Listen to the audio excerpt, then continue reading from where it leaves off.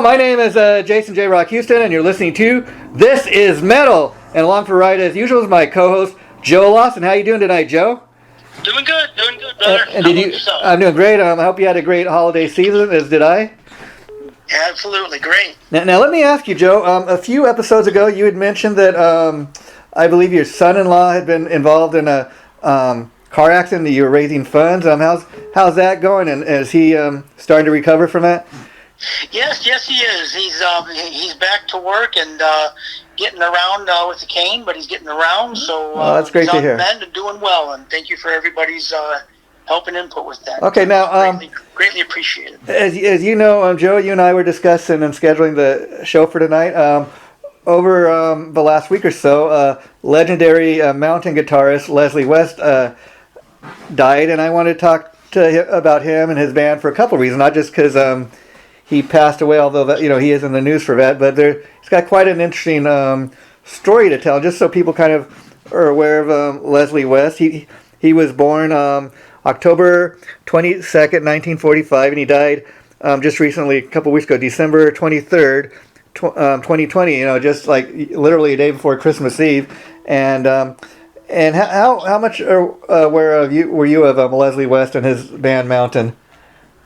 Well, I'm familiar with the Van Mountain, of course, and Mississippi Queen that they had, and so a little bit I was, but I was never a huge fan, and I never really dug into their stuff. But I really loved the tune Mississippi Queen, and I know they had a lot of great songs and stuff. But again, just keeping it real and being honest. I'm just not that aware of them.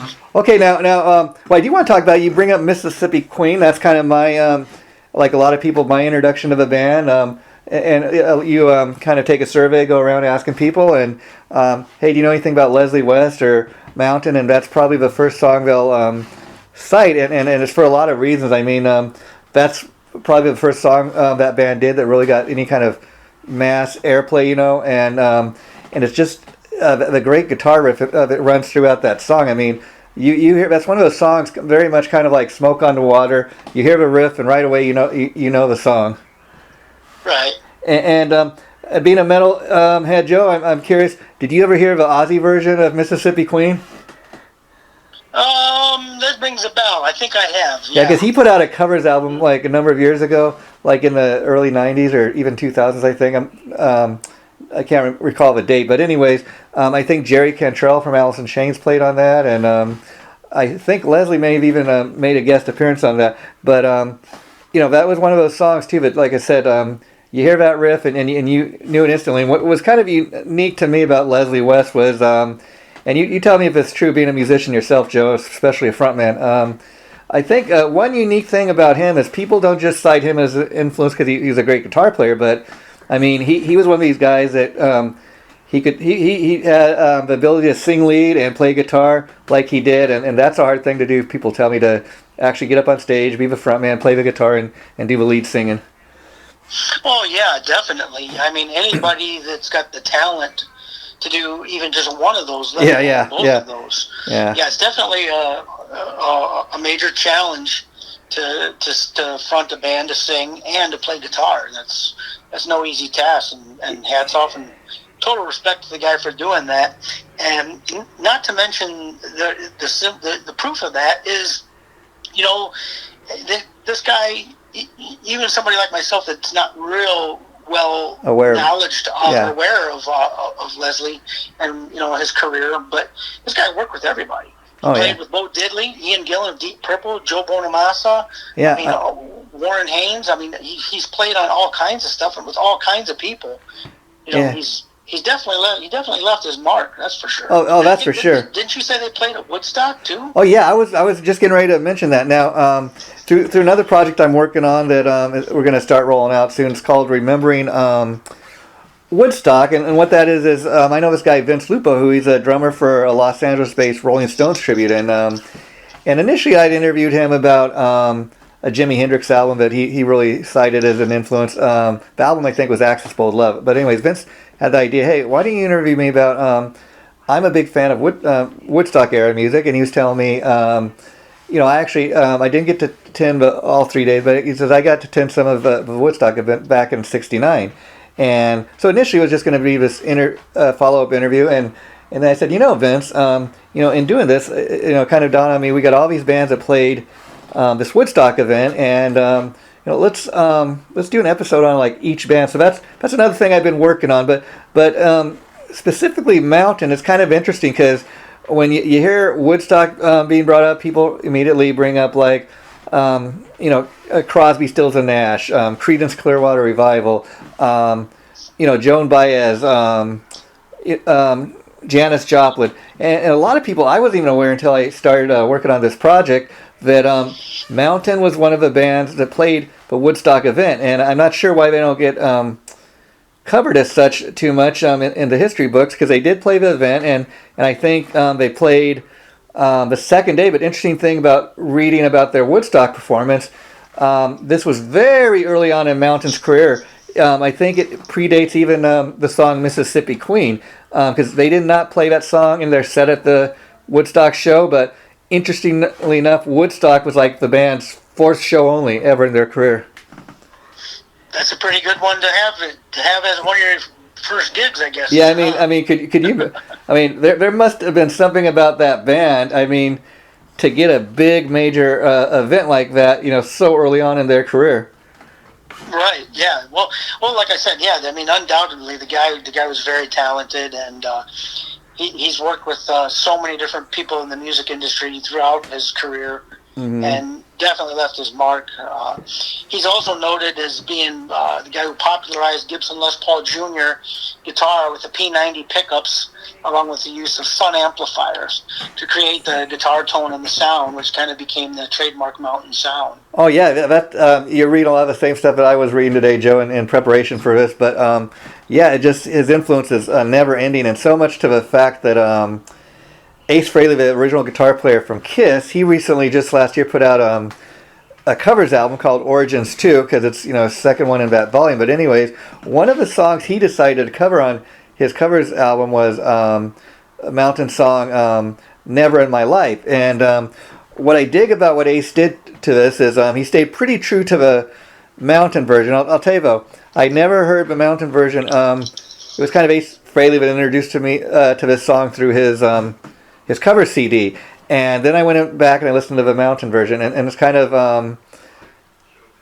interesting because again they stayed pretty true to the original sound of the song. But what I dug about Ace picking that song was again, it's like I'm hearing for the very first time, even though this song came out years ago.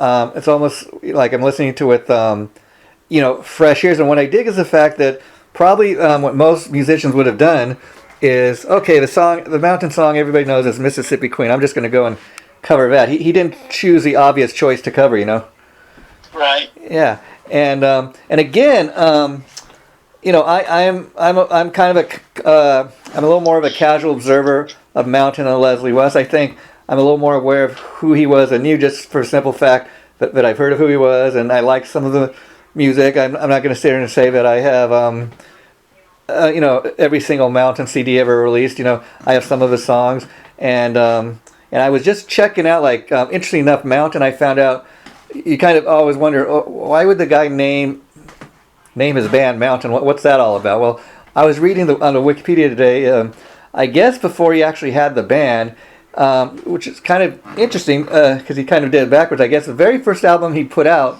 was a Leslie West solo album, and they called the album Mountain. And I guess when it came time to tour behind the band and start doing shows, and he got a band together, he said, okay, what are we going to, okay, well, I guess we'll just call it Mountain after the album. Okay. Yeah, cool. Yeah. And so that's kind of an interesting tidbit. And the other thing I wanted to kind of touch base on in doing this show tonight, Joe, is besides the obvious influence the guy had on so many guitar players and singers and just overall musicians throughout the rock world, up until like I think in the early 80s, he was diagnosed with diabetes, but up until like the last few years, he was really pretty much up until, except I guess because of COVID, maybe about a year ago, he was playing almost right up to the very end, and it's kind of inspirational that couple years back, maybe 2-3 years ago, he lost one of his legs due to diabetes. That's something that happens, but he's continued to play, go out and play, and he would get up on stage in a wheelchair. And I just kind of love that attitude. I've seen videos of him, holding the guitar, on his lap and, playing in the wheelchair. And I just love that, kind of can-do attitude. I mean, most people would have been like, okay, my performing days are over. I'm in this wheelchair. What am I going to do? But I loved very much like the Rick Allen story. I mean, which up until Rick Allen, nobody would have ever thought, okay, and a drummer is not going to be able to do this with just one arm. But again, these guys, they persevered, and that's what I loved about him, and that's why I think even more than just the obvious influence the guy had. I mean, what an inspirational story, to keep doing that. Yeah, for sure. That would definitely be something very difficult to overcome, and not many people have been faced with a situation like that. And a lot of musicians actually probably take that for granted, because they just don't think about it. But oh yeah, that would be very, very difficult to try and overcome. Oh yeah, and what's interesting about it is oftentimes when somebody goes through something like that, you lose an arm or a leg, and then typically it spreads throughout your body. And I've heard of a couple people that lost like another limb or another leg, and eventually you just die because it spreads throughout your body. But he was able to carry on like that for at least another 2 or 3 years, and I guess what ultimately killed him was he had a heart attack. But and I don't know what the heart attack was based on, but a lot of his health issues, I guess, were based around the diabetes. And as a result of the diabetes, his weight would, if you look at him in some pictures, like even over the course of the last 20 or 30 years, his weight would fluctuate and go up and down. Yeah. Yeah, and that's kind of it's kind of sad. Now, like from what you've heard of even just Mississippi Queen. I mean, like we call our show "This Is Metal," Joe. So, would you say that Mountain or Leslie West? Would you consider him like a metal guy, or how would you describe that music? Honestly, not really, man. Again, I'm probably not the perfect person to ask. Oh, again, yeah. To, but just from my limited opinion, I think the guy, I would classify him more as a soulful rocker, just doing what was in his heart. Oh yeah, it's interesting because I was reading again on the Wikipedia, and some early on the band was kind of described as like a harder edged Cream. I guess he was very much influenced by the guys in Cream. I can see that. Yeah. And so his guitar playing kind of had that edge. Now what's interesting, if you go on YouTube and you type in Leslie West Mountain, that very first solo album I was telling you about that the band was named after, it'll come up, and listen to some of the tracks on there. It almost it's interesting because it almost sounds like some of the songs are like it's got a twist in R&B to it. I mean this is the very early stuff, and then of course he progressed as a musician. But what's beautiful, you go back and listen to some of the songs of that very first album. I mean, what was I dare say even what was very strong in that first album, even more than the guitar playing, was what a great songwriter the guy was. I mean, you listen to any of those, and it's like those classic albums they used to make, Joe, where you didn't just have one, you didn't just have one or two great songs. The whole album was all killer, no filler. And what really stood out to me, if you listen to any of the songs on that first album, really was the songwriting. Yeah.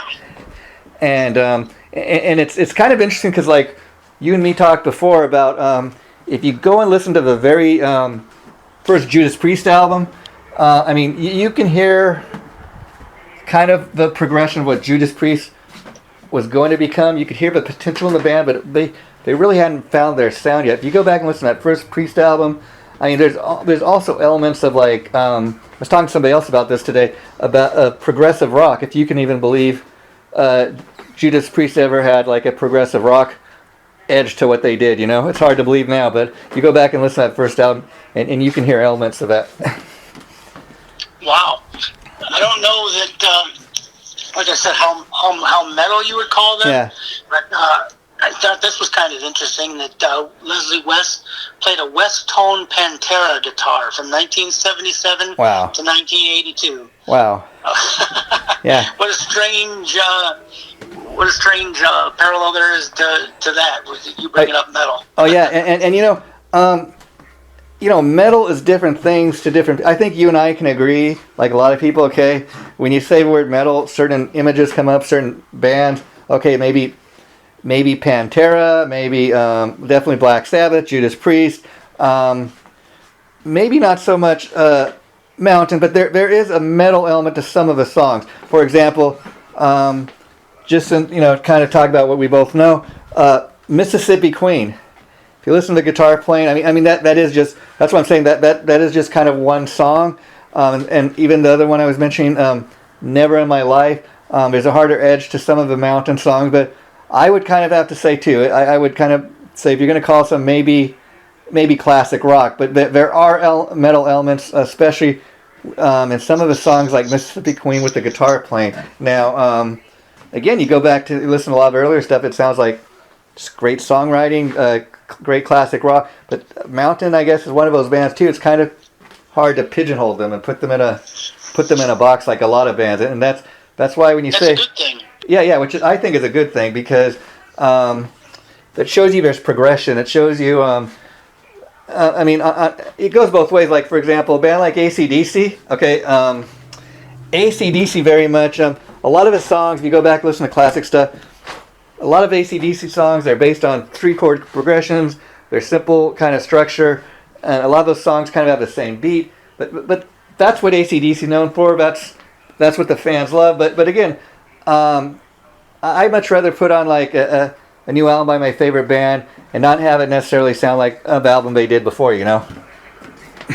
I mean, a band's got to grow, and a band's got to have a certain distinct sound to it as well. So you got to be careful. You can lose yourself by trying to do that too, and trying to worry too much about what other people like or what other people want to listen to. Yeah. To me, now that's not metal. You got away from what metal was. If you're doing that, you're not metal. I don't care what your music sounds like. You're not metal. Mm-hmm. If you're playing your heart out and it comes out like that, and that's what you do. That's what it is. To me, that's metal. Yeah, and again, I don't necessarily know that back in 1969, when Mountain played Woodstock, let's say, that metal was as prevalent as it is today. You probably only had a handful of bands and metal bands that were kind of around at that time, and that's why when you listen to that first Leslie West Mountain solo album, it sounds drastically different. I mean, he grew up. He was born in 1945, so he, whatever influenced him was music from the 50s and the 60s, and so so the stuff he's writing about is very different than when you get to the point of writing a song like Mississippi Queen. Right. Yeah. And as times change, maybe that influenced his writing and his music as well too. Yeah, and I'm sure too. It had an impact on, probably initially he just wanted to get a record deal. Probably just initially I'm going to get a band together, and then maybe he had a manager or somebody at the record label whispering in his ear, Hey, Leslie. That's the feeling I get when I listen to Mississippi Queen. Is just a guy up there he's doing what he loves to do. He isn't pulling any punches. He's just being himself, and he's a soulful rocker. Yeah, and soulful is a good description. If you listen to the stuff and again, I keep bringing up the first album because I was again listening to that, getting prepared for tonight, kind of with fresh ears, and I'm like, again, when I think of Mountain, Mississippi Queen, that's my song. That's initially what comes to mind. But you put on this album, and I'm hearing it for the first time, like with fresh ears. I'm like, wow, it's interesting to see. That's how the band started. And you listen to any of the songs on there. I mean, these songs sound like they go between pop, R&B. It's got a little taste of the blues, and that's why like he could play with a guy like Joe Bassamassa and that because he played every kind of rock you could imagine, the blues. Pop, he could do it all, and I think that's why he's influenced so many people over the years. And the interesting thing about Mountain is they were one of a few bands that was actually, You got Cream, you got the Jimi Hendrix Experience, Grand Funk Railroad. What do all these bands have in common? They're trios. Right. Yeah. And when you have just 3 guys in the band, I don't know if you can tell me from your experience as a musician, Joe, but from what I understand, when you just have 3 guys in a band, it's a lot tighter. How would you describe that? Well, yeah, it's easier to pull something together with 3 people than it is 5. Yeah. There's less parts, Yeah. So that's just kind of a common sense no-brainer. But it definitely has an effect on what your sound is going to be. I mean, there's a certain rawness or aspect to a 3-piece that is different. I mean, it's cool. I mean, sometimes it's better. Yeah. But having like harmony guitar solos and things of that nature, obviously you got to have more than 3 people up there doing it. Yeah, and very much, not taking anything away from other guys, but very much, I think people would agree that Leslie West kind of was Mountain in the sense. I mean, it started off with him doing a solo album, and then they get the other guys come and join the band, and okay, we're going to be a band now. We're going to name the band after the album, okay? I guess at the time it made sense because people know the name of the album. Okay, the band is named the same thing, and so it made it that much easier. But like I said, from the very beginning, I mean, he wrote the songs on that first album. He's a lead singer. He's a guitar player. The other guys kind of show up and they do their thing, the drummer and the bass player. But even as the years went on, he was the one remaining original member. One of the guys, the bass player, his name was Felix Papadal, and you could go and read up on him. It's kind of interesting. He was accidentally shot by his wife. I don't know if there's any domestic violence involved or anything. I think there was. And she got arrested for it, kind of pled a lesser charge. I think there was some drinking involved from what I've heard about the story over the years. But and this, I think, took place in 1983. So Leslie had reformed Mountain with the original drummer Corky Lang, and they carried on. But for the last several years, Leslie was the only original member. So, and at the time I said, I get the idea too, but maybe the record companies, Leslie, you're not just a frontman for Mountain, but you got that Guitar Hero thing going. You've influenced all the guitar players. We got to make sure to make sure the guitar sound is part of the album, or that it's really highlighted. Right. And so for all these years, he's kind of had the weight of the Mountain legacy on his shoulder in the sense that he's the one that's kept it going all these years, and then. Tragically, he dies last week, but at the same time, he had a pretty long life because when he died, he was 75 years old. So, and I understand from just a couple of weeks ago, he was still a counselor at one of these rock and roll fantasy type camps where he would go and meet with up and coming musicians, and he'd work songs out with them and teach these guys how to play guitar. So he was doing that type of thing, right up until the very end. Yeah, that's awesome. Yeah. What a good fulfilled life it sounds like he had, Oh yeah, and so that's sad to see him go. Yeah, definitely, and it's kind of like same type of thing when Eddie Van Halen passed, a few months before. On one hand, very sad. Eddie Van Halen was a little younger, about 10 years younger, but you could say in a way, Eddie Van Halen very much like this guy made their mark. And I think in many ways Van Halen maybe ended the way it should. I think a lot of fans, of course, there was a planned reunion with Sammy and Dave, and it's a shame that never kind of happened, but it is what it is. And I think kind of Mountain ended the way it should, with Leslie. I really could not see somebody go, even the drummer, okay, I'm going to reform Mountain, and we're going to get somebody to take Leslie's place. I just don't see that happening, Right. And some it's like even the Doors, they tried that several years ago. Ray Manzarek and Robbie Krieger, and they got Ian Ashbury for a while and worked for a while, but then they were forced to change their name. But not that it wasn't good, but it's just the Doors without Jim Morrison. It just fans just weren't willing to accept it, you know. Yeah. Yeah, and it kind of is what it is, and so that's pretty much all I got to say about Leslie West and Mountain. I just thought it was kind of proper that we kind of do a salute to the man because of his legendary career. And anybody listen to this, I really, you know, if you think all there is to Mountain is a song, Mississippi Queen, I just dare any of you to go to YouTube and you can just type in Leslie West Mountain. You'd be amazed at all the great songs that come up. You know, give it a listen. Yeah. You never know. Because like I said, I'm listening to a lot of this stuff, going back to the first album today in preparation for it. And I just couldn't believe how, you know, I'm a little, you know, maybe part of the reason is when the album initially came out in 1969, I wasn't even alive yet. So that's part of the reason. But it's interesting that I wasn't here in 1969, but that a guy like me could be affected all these. And part of it is you hear some of his stuff like on the radio, even something like Mississippi Queen, and you're like, oh, hey, I dig this guy's guitar playing, I dig his singing.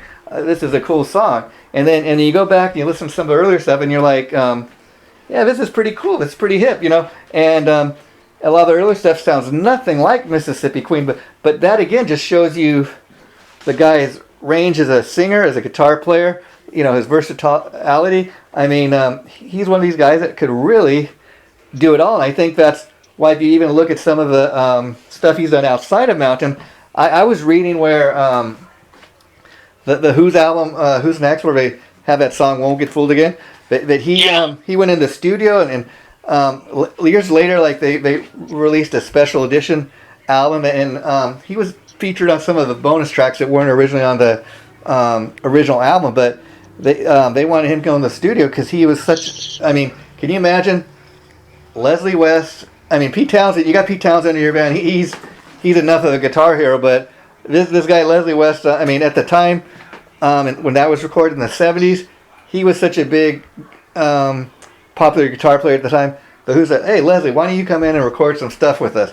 I mean, just think about that: Pete Townsend and Leslie West in the same studio. Yeah, and I think it's one of the few times where, I mean, Pete Townsend has actually ever worked with another guitar player. Wow, well that says a lot then, doesn't it? Yeah, and you know, now that Leslie West is passed on again, this has just happened about a week ago, the time that we're recording this, but I kind of wonder if there's going to start being some Mountain tribute bands popping up here and there. You never know. There could be. Yeah. And again, the great thing about that is, I mean, if you get musicians in a tribute band and they're pretty good they do a decent job of performing the songs, and they take it the extra mile trying to look the part. I call that rock and roll theater. And the great thing about that is, in a way, it keeps the legacy alive. It makes sure that, because I've been to many of these tribute shows, and man, I've seen this one, for example, Guns N' Roses tribute here in LA. The band is called Appetite for Destruction, and man, I tell you, the guy looks and sounds like Axl Rose from 1987, and you close your eyes and you swear you're at a Guns N' Roses concert. He dresses the part. Yeah, I think I've seen some video footage of them guys. Yeah. Gar Boris is the singer's name if you want to check him out. But like a lot of guys, you know, they're kind of down right now because of COVID.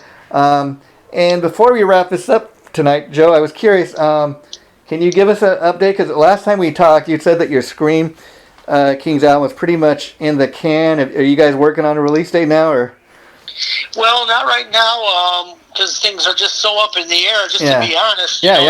It's really difficult to navigate and kind of determine what's going to happen. So we're just laying low. We're trying to work in a new lineup with some new members.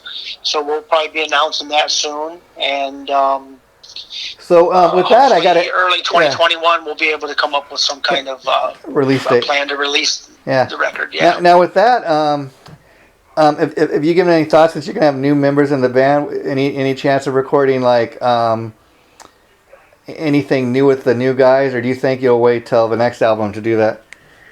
Well, we want to go. We don't want to sell this short. We put a lot of work and effort into it. And we want to support this record.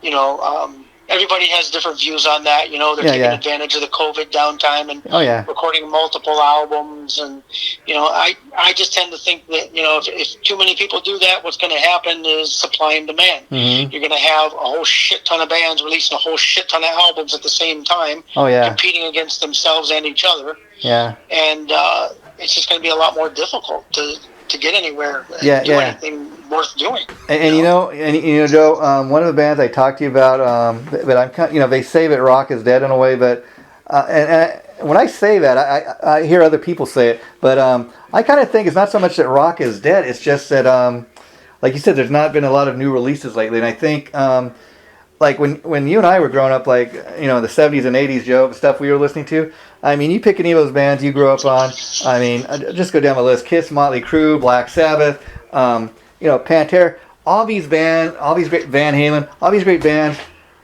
all the guys in the band, they looked like a rock star, you know, they played like every one of those bands had the guitar hero, and you don't have too many bands these days that, I mean, I remember when nu metal grunge was taking over, and you had bands like popping up like Limp Bizkit, and, you know, we don't do guitar solos. Well, why not? You know. Right. But one band that really kind of sticks out to me the last several years is the Dead Daisies, and they now have the legendary great rock band. Yeah. They now have the legendary Glenn Hughes from Deep Purple, and they have this album going to be released January 22nd. They've been releasing, like a lot of bands, a single at a time, kind of building the album, which is interesting in this current predicament we're in, because their album's supposed to come out like a year ago, and they're going to be releasing it just this year. And they've released like a ton of singles from it, so by the time this album comes out, there's maybe going to be 3 or 4 tracks that nobody's heard of, but they built a following, and especially since Glenn Hughes joined the band, and the band's popularity just grows and grows. And what's interesting about them is they've had guys like John Corabi, Marco Mendoza in the band, and the band members are always kind of changing because the main guy, David Lauer, he's a millionaire. I don't know it exactly, but this is now his pet, you know, his main project that he does. And so whenever he's ready to go and record at the studio, somebody's got another project, well, okay, we'll just replace you. But it doesn't seem to affect the band, partly because I think he gets such you know, name guys, talented players. And it's kind of interesting because I thought after John Corabi, who could they get? And Glenn Hughes, I just don't think he can, you can go wrong with Glenn Hughes. Simple fact, not only is he a legendary player, but he can kind of, he's a great lead singer. I mean, Glenn Hughes in this band, for example, he replaces 2 guys. He replaces John Corabi on the vocals and Marco Mendoza on bass. So that is how huge this guy is, that he's actually able to step in. They become a 4-piece band, and he's filling in for 2 guys. But I tell people that's kind of an album I'm waiting on now. Just because it's such a great dark album, but yeah, I'm sure it'll be really good. Yeah, and I'm interested to see like what's going to happen in 2021, like you, Joe, as far as bands being able to get that out there and perform. Now, have you guys ever given any thought to, like, you see some of these bands like even doing a Q&A or something like live Facebook or streaming on your website? Have you guys given any thought to doing an event like that? Yeah, that we have, and we may end up doing that actually down the road here soon.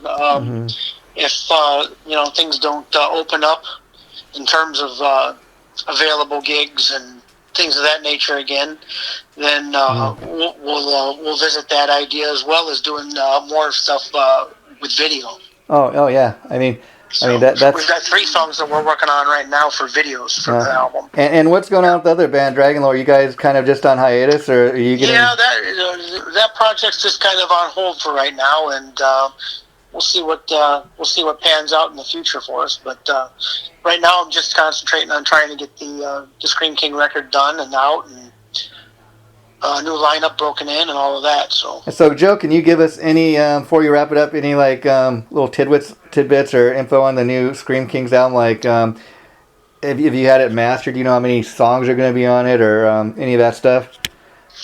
Well, you know what? We're not sure about the songs. We've got 18 of them. Oh wow! They could be on it, but I'd like to see it be more around 12. Okay. You know? But we'll see what happens. Maybe that could be another release or a bonus album, or something along those lines. And how do you guys usually what's the process for deciding? Okay, we're going to pick these 12 songs. Is it being that you're a singer? Is it kind of following you, or do you sit down with the rest of the band? No, we just start writing usually.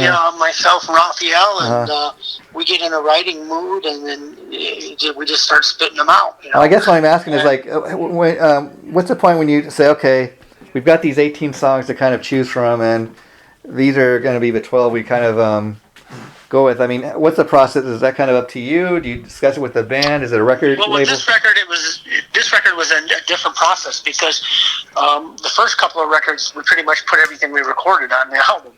So that was Raphael's idea. He wanted to try and write 20 songs. Oh, wow. And pick the best and put on this record. And it seemed like that, the more we were writing, that this record kind of started to have a theme to it. And then we started writing kind of in that direction. That kind of focused our direction and our writing. And then that's why I think I would like to see the songs fit the theme. Of the record, not that the other ones aren't as good or anything. Oh yeah.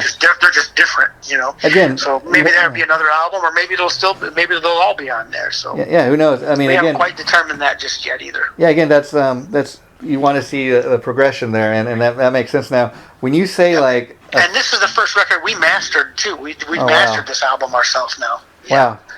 In the past, we hired John Scripp of Massive Mastering. He worked with Testament, Manowar, Tim Ripper Owens, a lot of different people. He did a great job, But we wanted to try and do it ourselves this time, and we're happy with the results. It took us longer, but it was worth it. I think it's a really killer sounding record. And doing it on your own, were you kind of concerned that it's better to have an outside ear, or do you think because you guys are the one that write the songs and kind of creating this, that you know best what works for your band as opposed to having an outside ear? Well, a little bit of both. And how you accomplish that, if you're going to master it yourself, my advice is to step away from it. After you write it and mix it and get a song down, you need to take a break. Give your ears a break. Walk away from it for a while. Don't listen to anything. And then come back with a fresh set of ears, they call it. And tackle it then. That's. I think that worked well. A lot of times too, once you get one song, you can kind of see a direction of what's working and what's not.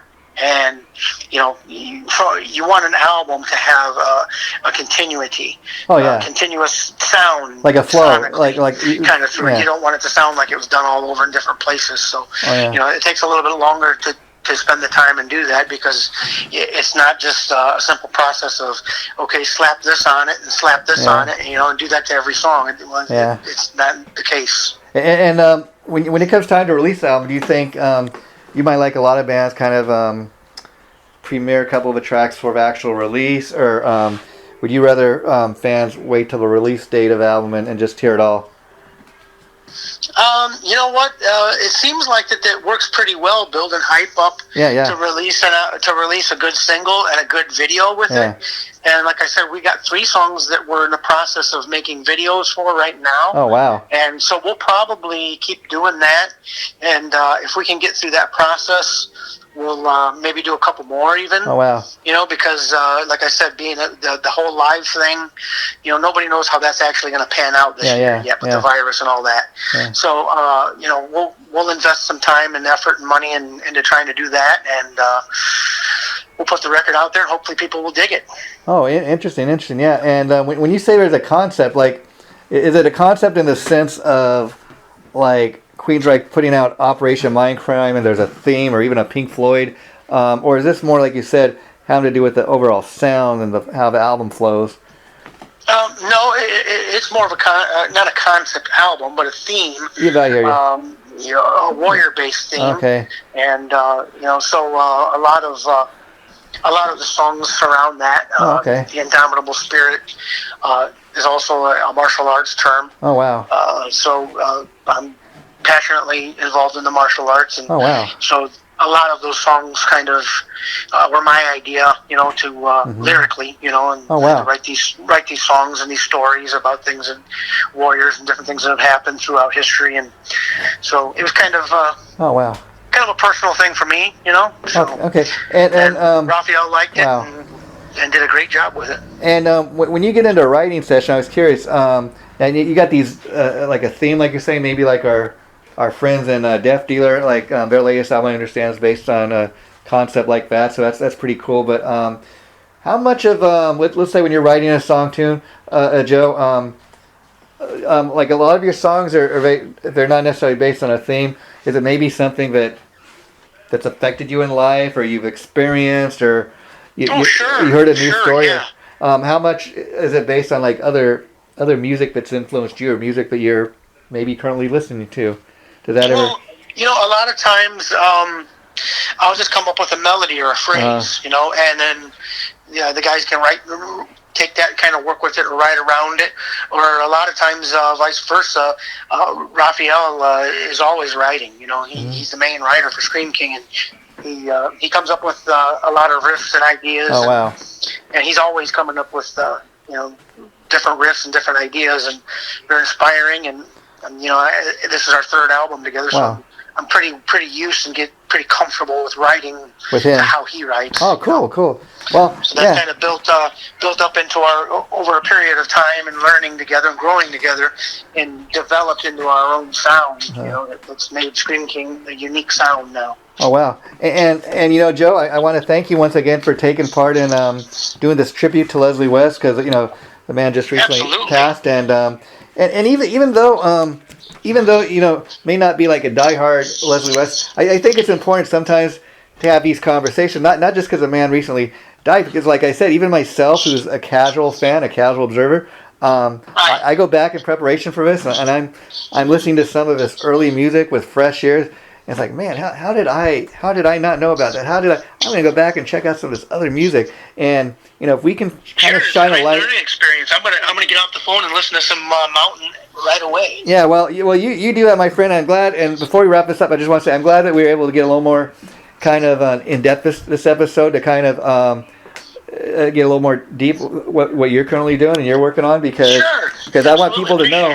I want people to know that part of the reason me and Joe launched This Is Metal. Initially, I done a lot of people were posting these lists. This maybe about May or so last year of like their all-time favorite albums that influenced them. And Joe had a lot of great albums up on his list. And in fact, me and him did an interview. The first one we did before even launching This Is Metal last year was he wanted to talk about Iron Maiden, Somewhere in Time, and the Wasp album. We haven't the Wasp album, The Headless Children. I still haven't posted that because we've been so busy with this, but I'm going to post that in the next month or so people can hear that. But I thought, this guy Joe, he knows his metal, and all these great albums he's got. Thanks, man. And then the more I talked to him, I said, and Joe has kind of educated me, because, for example, like I'm a little more knowledgeable than you are, Joe, with Leslie West and Mountain, but that's all right, because like when we did the episode on Overkill and Flotsam and Jetsam, I know